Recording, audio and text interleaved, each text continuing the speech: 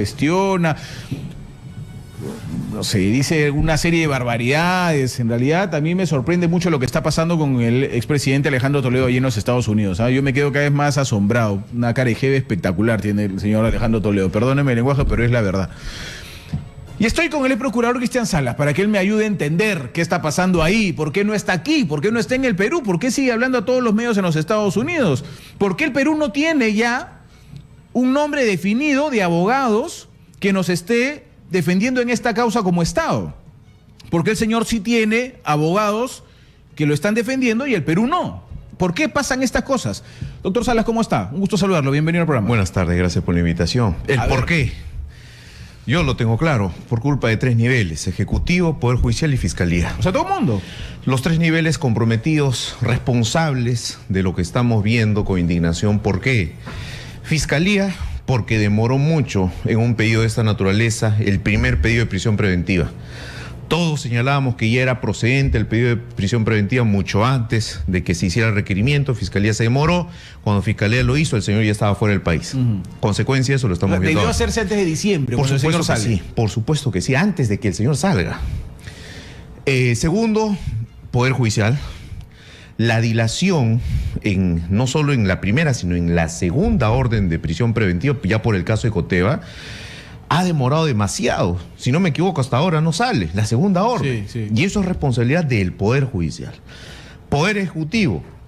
Cuando se dicta la primera prisión preventiva, el gobierno se empecina en buscar las vías de la expulsión y que sea deportado el expresidente Toledo. Obviamente eso no iba a ocurrir en ese contexto porque este señor no encaja en los supuestos ni de expulsión ni de deportación. Lo que correspondía era la extradición. Demoró la elaboración de ello y las consecuencias las vemos ahora. Ahí están los 3 niveles que están comprometidos en esto. O sea, ¿me quiere usted decir que cuando vemos salir a un fiscal de la nación molesto, cuando el presidente del Poder Judicial sale renegando y le pide que venga y dice que las autoridades de los Estados Unidos son las que se demoran y nos largan el tema, y luego sale la ministra de Justicia indignada por lo que está pasando, ¿no tiene sentido? No, yo lo que creo que ese tipo de reacciones son reacciones políticas, son reacciones para la tribuna. Ellos saben muy bien en qué fallaron y que lo que estamos viendo ahora es consecuencia de esas deficiencias. Relaciones tardías. Así es. Voluntarias, involuntarias, de buena fe, mala fe, eso ya en su momento se va a ver.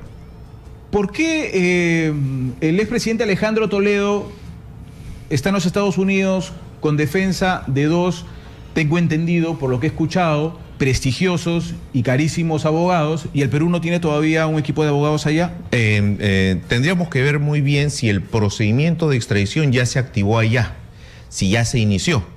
Porque si ni siquiera está en fase de calificación, de nada serviría tener abogados allá. O sea, el abogado interviene cuando hay un proceso abierto.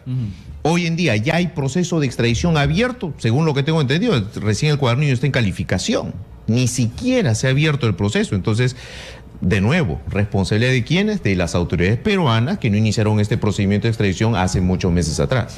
Nosotros aquí, entrevistando a Heriberto Benítez hace, creo que 4 semanas atrás, o 3 tal vez, pudimos deducir, y se lo dijimos a todo el mundo, la nueva teoría, la nueva hipótesis de trabajo que tienen ellos es persecución política. Y parece, luego de las declaraciones inclusive ayer que salieron ayer al público de Alejandro Toledo, que las dio la semana pasada, está hablando de persecución política. Mete al fujimorismo, mete a una presión política que tienen en el Congreso frente al actual gobierno, la elección, según él, política de los fiscales y jueces. ¿Cómo hay que manejar ese tema, doctor Salas? Bueno, entiendo que ya las autoridades especializadas en tema anticorrupción eso lo han previsto desde un inicio y se venía a venir desde la misma audiencia de prisión preventiva. Recordemos todo ese cambio de abogados y el argumento en audiencia fue básicamente político. Alegar una persecución política en contextos de investigaciones de corrupción o lavado de activos es la clásica de cualquier funcionario público investigado. ¿Se acuerdan cuando investigamos el caso de narcoindultos? Persecución política.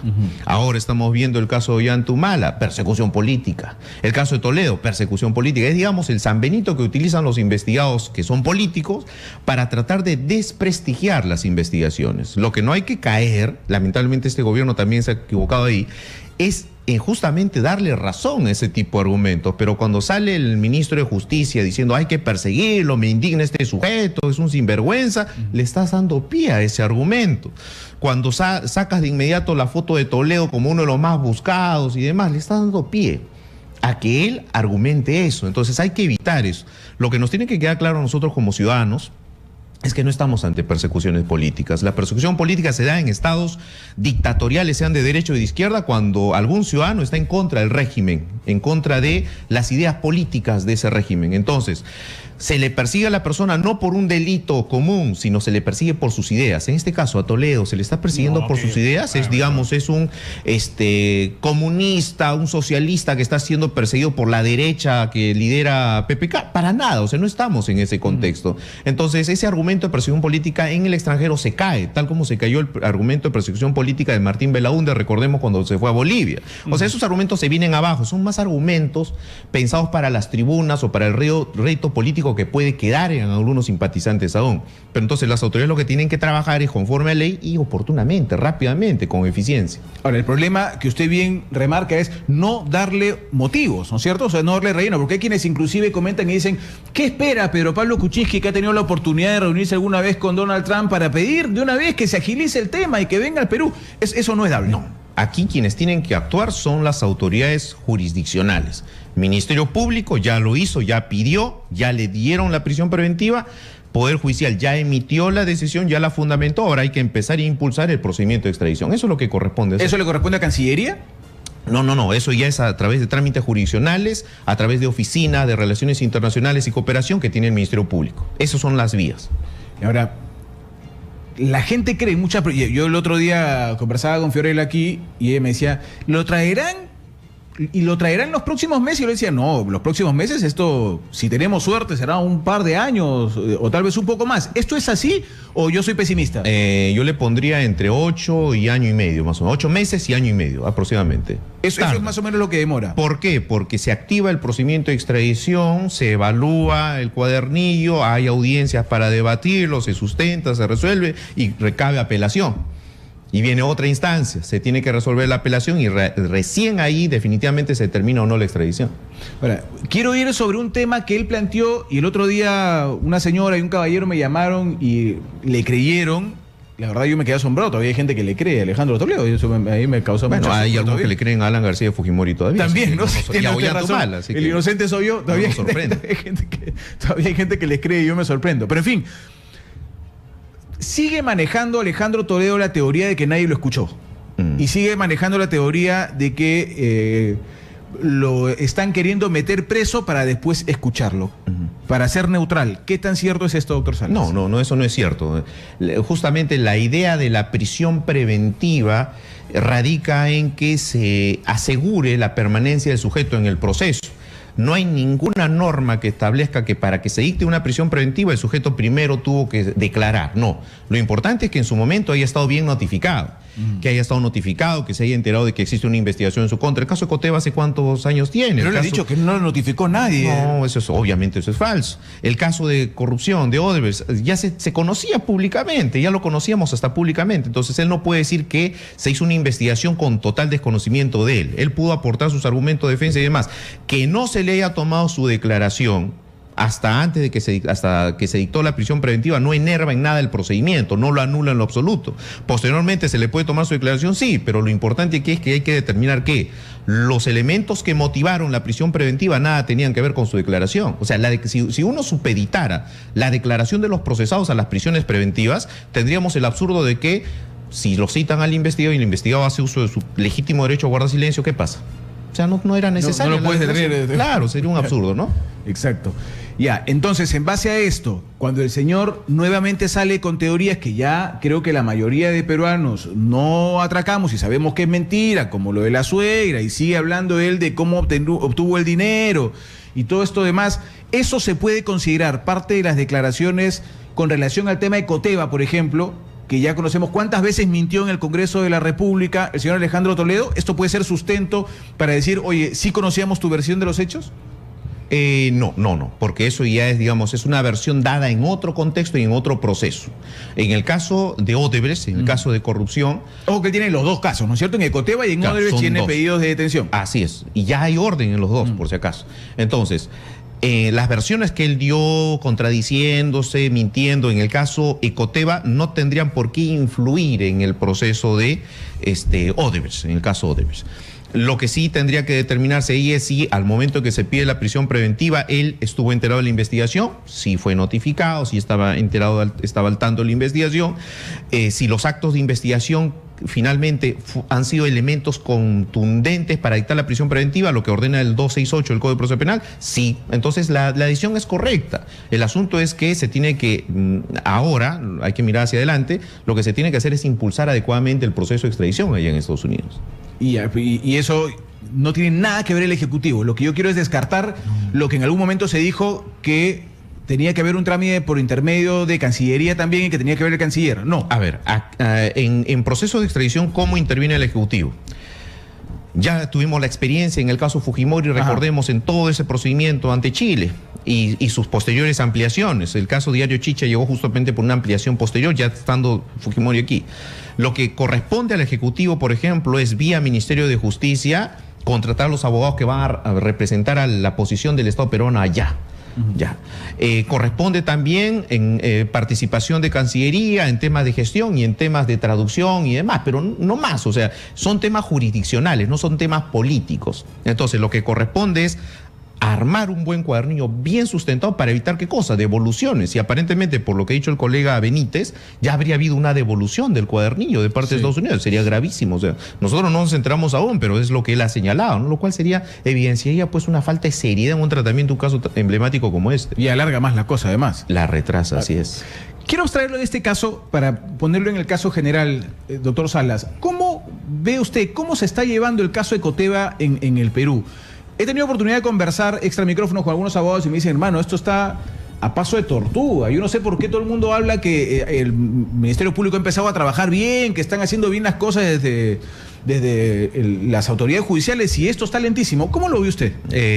Recordemos que el caso de Ecoteva ya data de un par de años atrás y el proceso se dilató por responsabilidad del Ministerio Público. Su denuncia inicial, la que iba a activar el proceso, le fue devuelta hasta 3 ocasiones por el juez a la fiscal. Le dijo, oye, tu denuncia no tiene sustento, está mal planteada, reformúlala 3 veces. Eso dilató el procedimiento. ¿Esta medida de prisión preventiva ahora es necesaria o toda esta información ya se conocía muchos meses atrás? ¿Por qué no se pidió la prisión preventiva por Ecoteva hace muchos meses atrás? Algo que también muchos cuestionábamos. O sea, ha habido no solo deficiencias técnicas en la investigación, sino que también ha habido falta de oportunidad adecuada para ciertos requerimientos.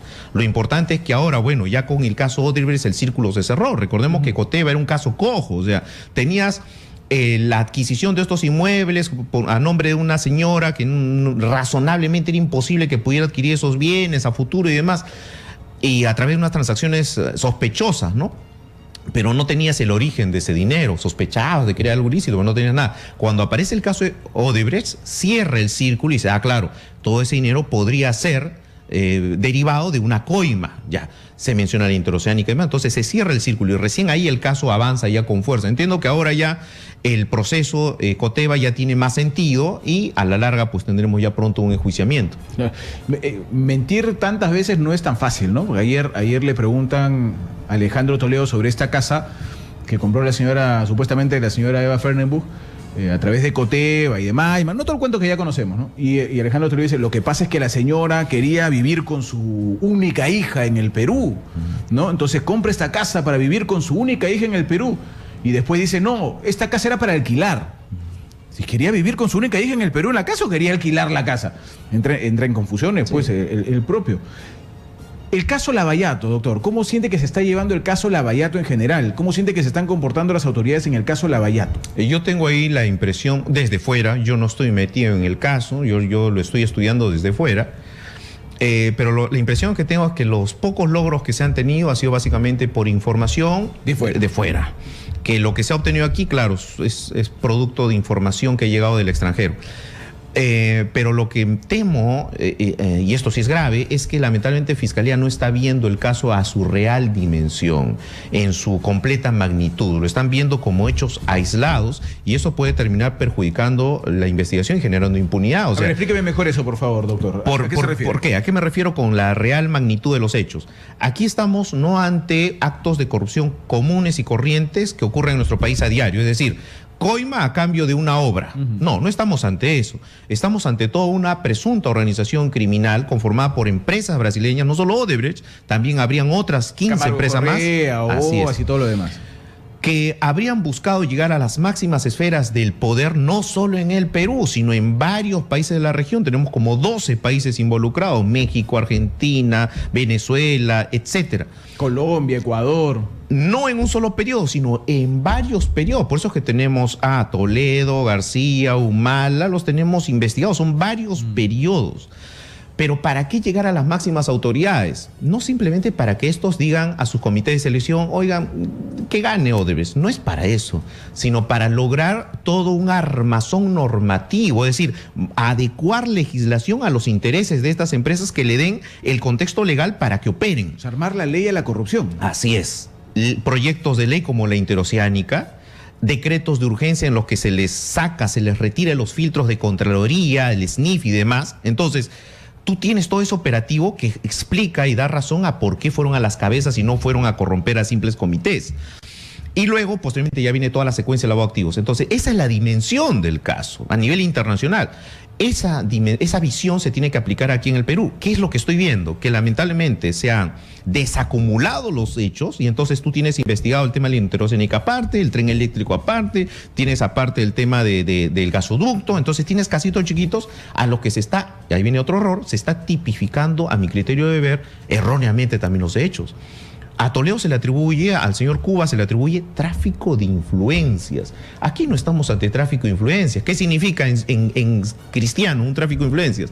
Un sujeto, funcionario público o no, a otra persona que tiene un proceso judicial o administrativo le ofrece sus influencias y le dice, oye, yo voy a hablar con mis conocidos para que te favorezcan. Eso es tráfico de influencias. En este caso no operó así los hechos, según la hipótesis general. Las empresas buscaron a los máximos gobernantes. No hay tráfico de influencias ahí. ¿Qué cosa hay ahí? Colusiones agravadas, hay negociaciones incompatibles, mínimo cohecho, pero no hay tráfico de influencias. Que tienen penas mayores. Así es. Y ahí viene mi otra preocupación. Hoy justamente me consultaban sobre eso, un medio de prensa. Aparentemente Odebrecht, Marcelo Odebrecht y otros directivos habrían condicionado sus delaciones a que no se les abra procesos en otros países como en el Perú. Si el Ministerio Público aceptase eso, estaríamos ante un caos terrible e incluso responsabilidades penales. ¿Por qué? Porque si estamos hablando de colusión, imagínate, colusión, funcionario público corrupto con empresario corrupto, se coluden, se ponen de acuerdo para direccionar una obra. ¿Qué pasa si yo saco al empresario de la investigación? Nunca lo investigo. Mi caso de colusión se viene abajo porque nunca voy a poder condenar solo al funcionario. Se me cae mi caso de colusión, ¿ya? Entonces hay que tener mucho cuidado con la tipificación de los hechos y con las medidas que la Fiscalía va tomando mientras se van desarrollando estas investigaciones. Ya, espéreme un segundo, doctor Salas, por favor. Me dice que está declarando llanto humano en el Ministerio Público. Sofía Gallegos está ahí. Adelante, Sofía, te escuchamos. Información en vivo. Gracias, José. Información en vivo. Así es, en estos momentos acaba de salir el expresidente Ollanta Humala y en estos momentos vamos a tratar de conversar con él varios temas. La declaración exitosa en el tema de la centralita. Bueno, en el tema está si se permite que la calidad de testigo, acabo de recibir mi manifestación y he señalado que predisposición a seguir colaborando en todo lo que requiera el Ministerio Público. Ahora, señor Humala, si nos podría declarar respecto a esos nuevos testimonios que han salido respecto al caso Madre Mía. Bien, José, que le viene haciendo consultas en relación a esos dos nuevos testimonios en relación al caso Madre Mía. Lo primero que se me viene en este momento es el tema de que no se está cuestionando de la gestión del gobierno. Acá se está hablando de nuestro pasado, ¿no? Y recibo eso con indignación y como protesta frente a una situación que estamos viendo como se viene manteniendo este tipo de denuncias que en muchos casos y manchando el honor de los que le enfrentamos a la conversión de los terroristas. Me da pena porque muchas familias militares, por todos estos temas, que ya salieron a suelta de diversos procesos, ahora están en la incertidumbre de que en cualquier momento les abren un proceso por que habrá que aplicar. Nosotros siempre es colaborar con las investigaciones. Nosotros siempre he hecho es colaborar con las investigaciones. Soy el principal interesado en que se llegue a la verdad, pero también no puedo dejar de señalar mi rechazo y mi indignación por las barbaridades que he escuchado el día de ayer.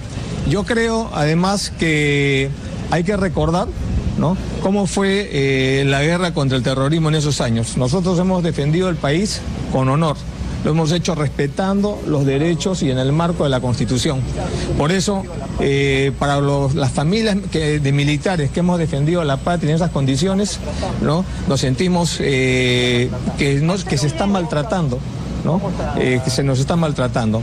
Pero en todo caso, vamos a colaborar con todas estas investigaciones. Hay que recordar que en esos años combatimos, ¿no?, en la época en que estaba el señor Fujimori de presidente y nos ponía en unas situaciones bastante adversas, difíciles, por el abandono logístico en el cual estaban las fuerzas del orden. Y aún así, en esas condiciones, hemos hecho lo mejor por el país y hoy día se respira un aire de pacificación. Eso debe mantenerse, debe continuarse, porque no podemos permitir que hayan nuevamente rebrotes terroristas. Diga usted esta versión. Señor Humala, usted descarta violaciones. No es mucha coincidencia que se han sumado muchísimas versiones. Ejecuciones extrajudiciales durante el tiempo que lo vuelvo a señalar, ¿no? Jamás nosotros hemos cometido algún acto que corresponda a violaciones de derechos humanos. Hay un marco que es la Comisión de la Verdad y la Reconciliación, y ahí ustedes pueden observar que jamás he sido denunciado en la Comisión de la Verdad y Reconciliación. Lo que estamos hoy viendo hoy día es una coincidencia de una serie de ataques, denuncias tanto en el Ministerio Público como en el Congreso de la República. Ustedes están viendo cómo también en estos días nos han pasado a mi esposa y a mí y a un grupo de ministros en la condición de investigados por usurpación de funciones.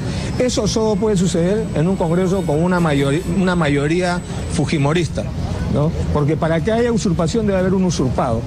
Y hasta ahora no han podido demostrar un solo documento en el cual, ¿no?, se haya usurpado funciones de otros. Cosas que sí había en el pasado, por lo cual fue juzgado Fujimori por usurpar funciones al Ministerio Público en el allanamiento que se hizo a la casa de la familia del señor Montesinos. En este caso, yo lamento que ministros de Estado que han trabajado duro, que han trabajado de manera intensa y abnegada por hacer una buena gestión de gobierno, hoy día se vean investigados por un tema de usurpación que no tiene pies ni cabeza, es un disparate. Sin embargo, nosotros estamos aceptando y estamos yendo cada vez que nos citan tanto al Congreso de la República como al Ministerio Público para seguir colaborando desde mi país. Y obviamente la intención de todo esto apunta a tratar desesperadamente de inhabilitarnos, ¿no?, para continuar en la política. Eso no me parece democrático. Pero ahora, señor, un acercamiento de personas que estarían estos nuevos testimonios dan cuenta de un acercamiento de personas que estarían vinculadas a usted para que cambien su versión respecto. Bueno, eso ya lo hemos escuchado nuevamente y señalo. Señalo, nosotros no tenemos nada que ver con violaciones de derechos humanos, no tenemos nada que avergonzarnos de nuestro desempeño en las zonas de emergencia, lo hemos hecho con honor, ¿no? Y si ustedes ven los disparates que están diciendo, son pues cosas que ni siquiera están en la Comisión de la Verdad y Reconciliación, y no podemos nosotros pretender creer de que cualquier cosa que sucede en el campo no se sepa, ¿no? Eso sencillamente es imposible. Señor Humala, usted señala, una última consulta, usted señala que nadie ha usurpado funciones, pero ¿por qué entonces el señor Cateriano dijo en algún momento que ya tenía la luz verde de la señora Nadine Heredia? ¿Por qué la señora Nadine Heredia le envía una carta al exministro Herrera Descalzi para pedirle información sobre la laguna? ¿Por qué entonces todo esto? ¿Por qué el viaje a Brasil, por ejemplo? Bueno, todas estas cosas se han visto en su momento, han ido ministros a informar al Congreso de la República. El tema de las interceptaciones telefónicas del señor Cateriano, él ya lo ha explicado. ¿no? No es una comunicación que mi esposa o yo hayamos hecho. En el tema de lo que es trasladar una carta que le envíe el obispo de la comunidad de Parón por la preocupación de que esa laguna, debido a los deshielos, pueda rebalsar y causar estragos en una población, y que le llega a esa carta de mi esposa se la traslada al ministro. ¿Qué usurpación tiene eso? Usurpación sería en todo caso si alguien hubiera tomado alguna disposición no siendo ministro. O el tema del viaje al Brasil,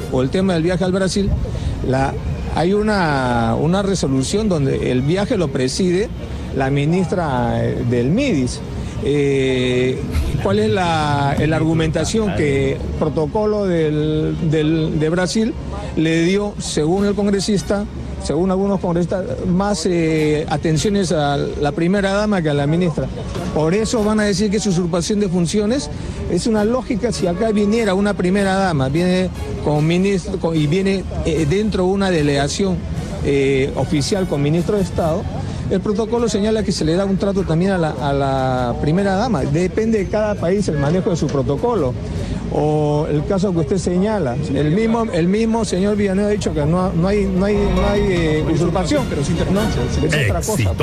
No confundamos términos, y tampoco hay interferencia. Pero así hubiera eso, de eso no estamos hablando en estos momentos, estamos hablando de usurpación. Nosotros señalamos que es un disparate lo que está haciéndose en el Congreso de la República, ¿no? Al que habla lo están denunciando, lo están investigando también, y lo van a denunciar seguramente, ¿no? Hasta por una concesión que hace el ejército con una empresa en la época de Fujimori. ¿Qué tengo que ver yo en eso? Sin embargo, lo que estamos viendo, y reitero, lo que buscan acá es inhabilitar a un político. Eso es lo que están tratando de hacer, sea a través del Congreso o sea a través del Ministerio Público. Nosotros, reitero, vamos a seguir colaborando. Creo que toda denuncia debe ser evaluada y debe ser vista en su contexto y integralmente, y nosotros vamos a seguir colaborando con las investigaciones. Señor Humala, una consulta final. Se ha señalado ¿Cómo le preocupa a usted en el caso de que el señor Marcelo Odebrecht haya confirmado respecto a esta entrega de $3 millones para la campaña del nacionalismo en el 2011? Pero ya ha declarado, y creo que lo que ha dicho el señor Marcelo Odebrecht fortalece más nuestra posición y no del fiscal de la investigación. Bueno, teníamos las declaraciones ahí entonces de comunicaciones de allá. Muy bien, ahí estaba entonces algunas declaraciones del expresidente Ollanta Humala, ¿no es cierto? Quien está rindiendo pues manifestación. No ha habido usurpación porque no hay usurpado, dice el señor Ollanta Humala. Tengo que irme al corte porque son las 7:05. Voy a pedirle al doctor Cristian Salas que me acompañe un 5 minutitos más del próximo bloque. Por favor, doctor, permítame, para que me responda esa última parte de la que estábamos hablando y este acuerdo que se habría llegado en Brasil, y qué tan beneficioso puede ser o perjudicial para las investigaciones que se están desarrollando en el Perú.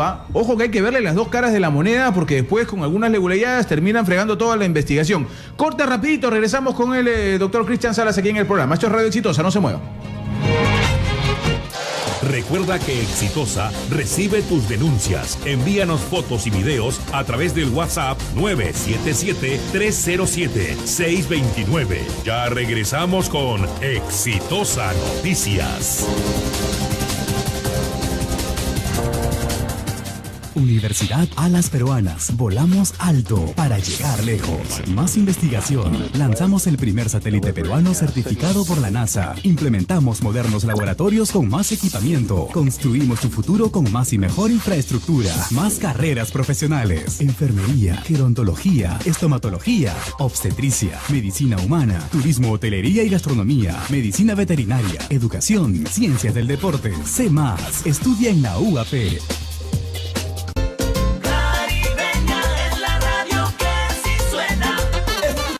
Continuamos con Exitosa Noticias.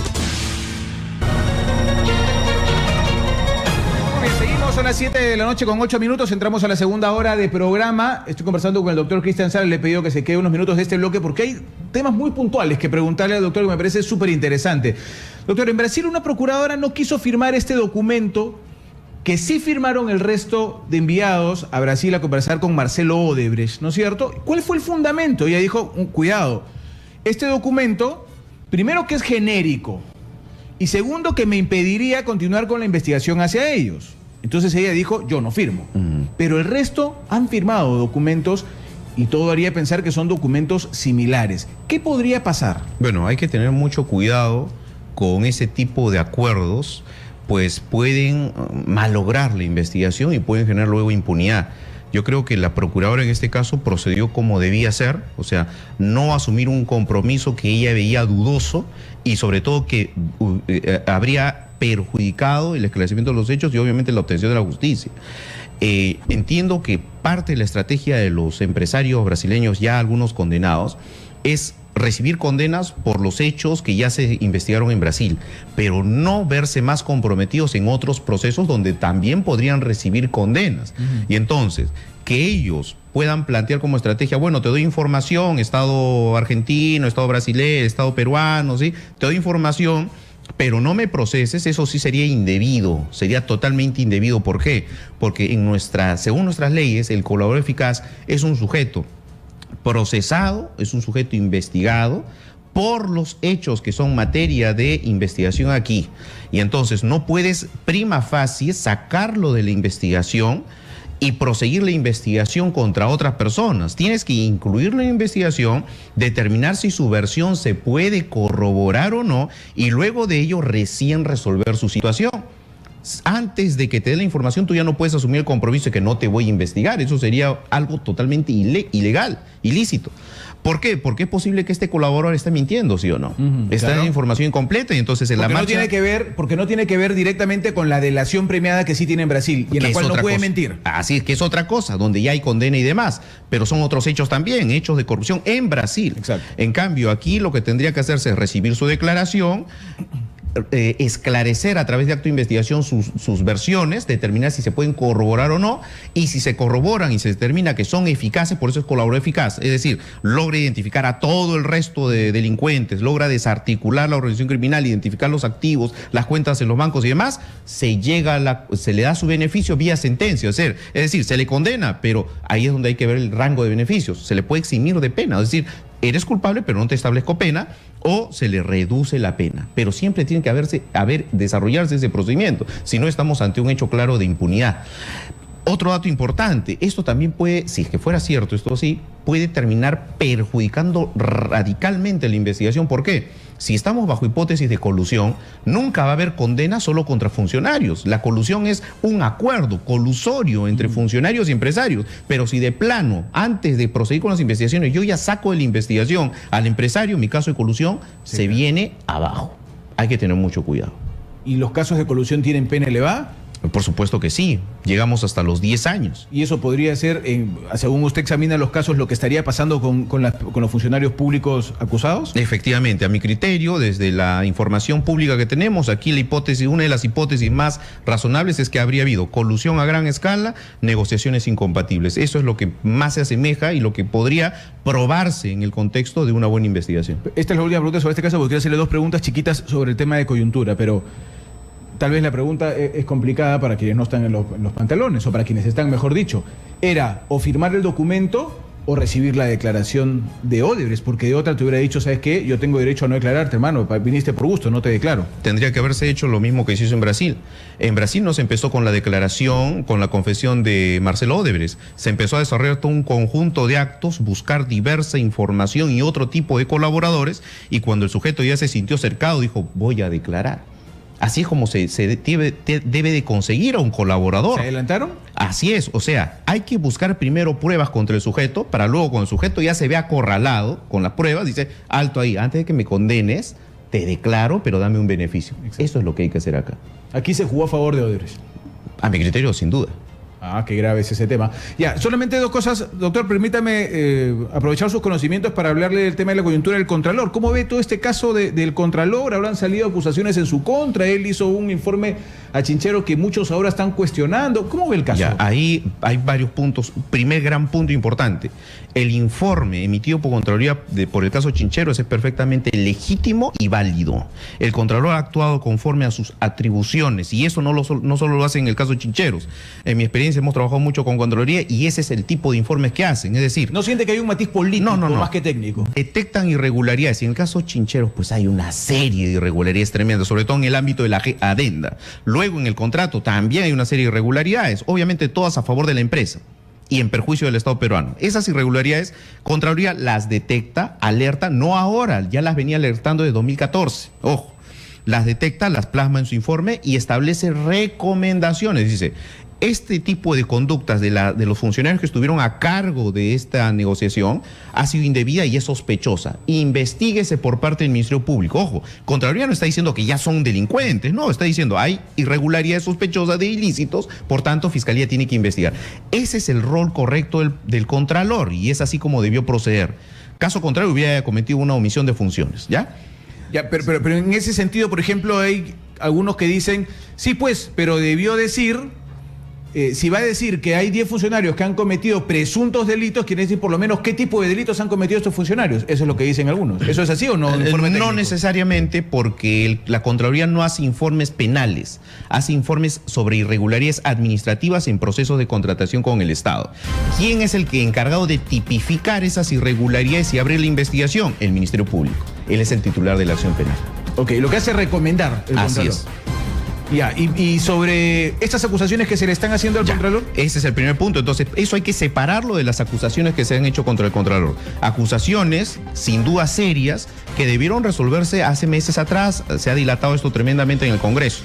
Pero son acusaciones serias y con sustento. ¿Por qué? Porque el mismo Contralor está reconociendo ese tipo de negocios que, ojo, no son ilícitos, pero que sí son indebidos. ¿Por qué? Porque bajo la ley orgánica de la Contraloría no es posible que se pueda desarrollar al mismo tiempo que se ejerce un cargo como el de vicecontralor, actividad privada. Entonces eso sí es una irregularidad que debiera ser esclarecida y establecida y sancionada en la comisión esta de acusaciones constitucionales, de ser viable el trámite ahí. Pero le corresponde acusaciones constitucionales porque era vicecontralor cuando se supone que... Ese es el debate que ahora mismo deben tener ellos, porque claro, los hechos habrían ocurrido cuando él ostentaba el cargo de vicecontralor y para la comisión de acusaciones constitucionales no sería un sujeto pasivo. Entonces hay que determinar eso a qué tipo de subcomisión o comisión corresponde en el Congreso. Pero de que debe investigarse, sin duda que sí, por supuesto.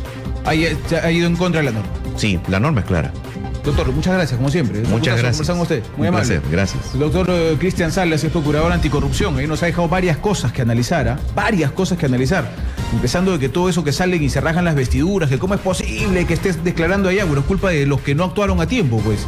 Para que Alejandro Toledo esté declarando en los Estados Unidos. Culpa de los que no actuaron a tiempo y debieron actuar. Y debieron hacer otras cosas, ¿no? Hay una información de último minuto que viene del Ministerio Público. Dice el cuarto despacho de la primera Fiscalía Anticorrupción abrió de oficio investigación contra el Contralor General de la República. Reitero, regresemos al anterior para reiterarle al público, por favor. Ahí está.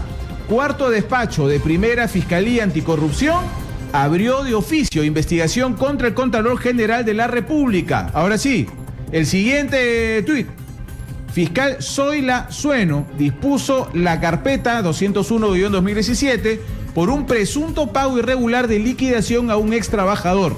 Ojo, por lo que leo en este último tuit, no tiene que ver necesariamente con el caso que estamos viendo, el caso de los vehículos. ¿O me equivoco, doctor Salas? No tiene nada que ver. ¿No es cierto? Este es otro caso. Este es otro caso que ya lo profundizaremos más adelante. Ahora, ¿correspondería a la Fiscalía actuar con respecto al caso de los vehículos? No. ¿A la Fiscalía? No, porque ahí no hay un acto ilícito, lo que es un acto indebido. Ok, listo. Muchas gracias, doctor, nuevamente. Ahora sí, aprovechando su tiempo en esta información de último minuto. Pero igual, hay que ver a profundidad por qué la Fiscalía ha decidido abrir esta investigación contra el Contralor General de la República, Edgar Alarcón. Uy, se le han venido encima al Contralor de todos lados, ¿no? Congreso de la República, los ministros, ahora con esta acusación que se ha venido, ahora Fiscalía también por otro caso, la cosa está que arde con relación al Contralor General de la República y lo que se viene. 7:19 señores, 7:19, aprovechamos para abrir las líneas telefónicas. En unos instantes más vamos a estar con el exministro de Economía, Benavides, para que nos ayude a ver varios temas también, con relación a algunas declaraciones del ministro Torn, con relación a cómo va nuestro país en el tema económico, si estamos creciendo, nos estamos hundiendo. Hay algunos organismos internacionales